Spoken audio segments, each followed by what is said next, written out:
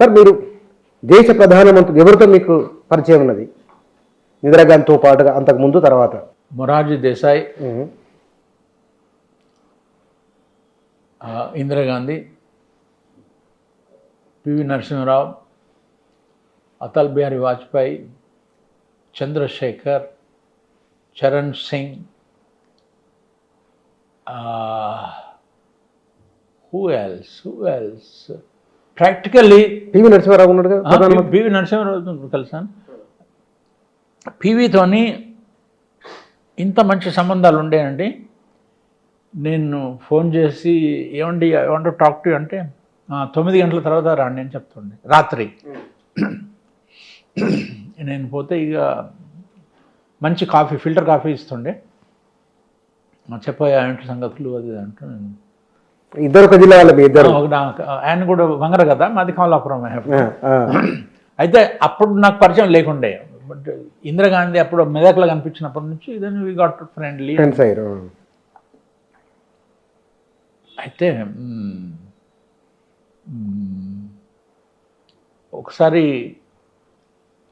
దేని గురించో ఏదో ఇంట్రెస్టింగ్ ముచ్చట చెప్పిండు. వెంటనే నేను ఇన్స్టింక్టివ్గా రిపోర్టర్ కదా, నోట్బుక్ నువ్వు పెన్ను జేబులో పెట్టుకో, నోట్బుక్ జేబులో చెప్పు, మనం ఇద్దరం మాట్లాడుకుంటున్నాము, నేను దీన్ని కోటింగ్ కోసం కాదు, you are not going to write anything about this. ఏ విషయం అది? ఏదో విషయము, anything informally off the record ఎన్నో కబుర్లు చెప్తుండే. ఒకసారి నేను అడిగాను, immediately after he became the foreign minister. నేను అప్పుడు ఆయన విదేశాంగ మంత్రి ఉన్నప్పుడు కనీసం నెలకొకసారి అన్నా పోయి కబుర్లు చెప్పుకుంటుండే, కాఫీ తాగి ఏది చేసుకుంటూ. ఏమండి మరి మీరు విదేశ మంత్రి ఎట్లా అయ్యారంటే, మేము ఎలక్షన్ గెలిచిన తర్వాత ఒకరోజు మేడం నన్ను పిలిచింది, అది మీరు విదేశ మంత్రి కావాలని అంటే, మేడం నేను మందు తాగను, ఈ వయసులో తిరగడం ప్లేన్లలో అక్కడికి పోవడం నాకు ఇష్టం లేదు, నేను శాకాహారిని, నాకు ఇంత బరువు ఎందుకు పెడతామనంటే, నా దగ్గర ఉన్న టీంలో you are the best suitable person, you are very well educated, sophisticated and ప్రపంచ జ్ఞానం ఉంది మీకు, మీకంటే ఇంకా వేరే సూటబుల్ క్యాండిడేట్ ఎవరు కనిపించలేదు, కాబట్టి మీరే కావాలి అని అంటే నేను ఒప్పుకున్నా చెప్పాను. ఒకసారి నేను అడిగింటిని, ఇందిరాగాంధీ క్యాబినెట్ మీటింగ్స్ ఎట్లా ఉంటాయి చెప్పండి అని అంటే,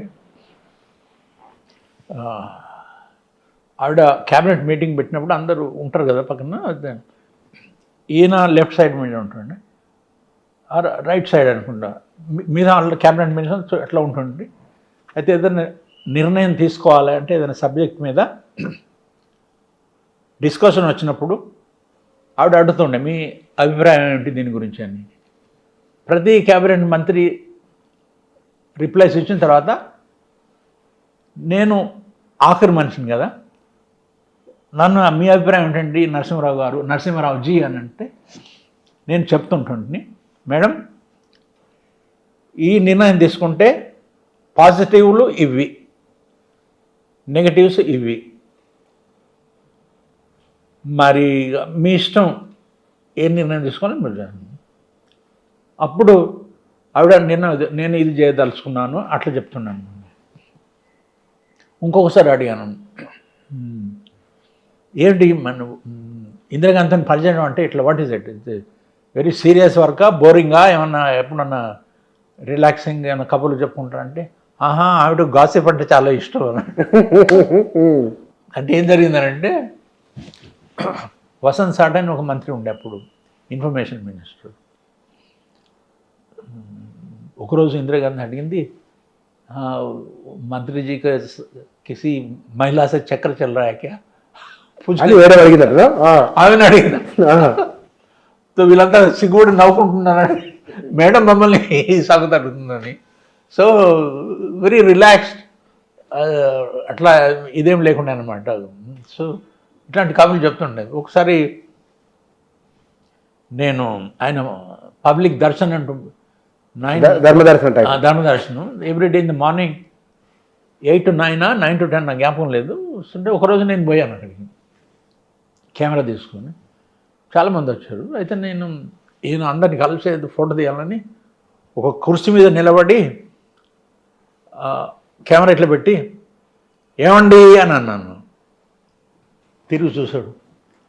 ఓ ఈ అవతారంలో వచ్చావా ఈరోజు అని అంటున్నాను.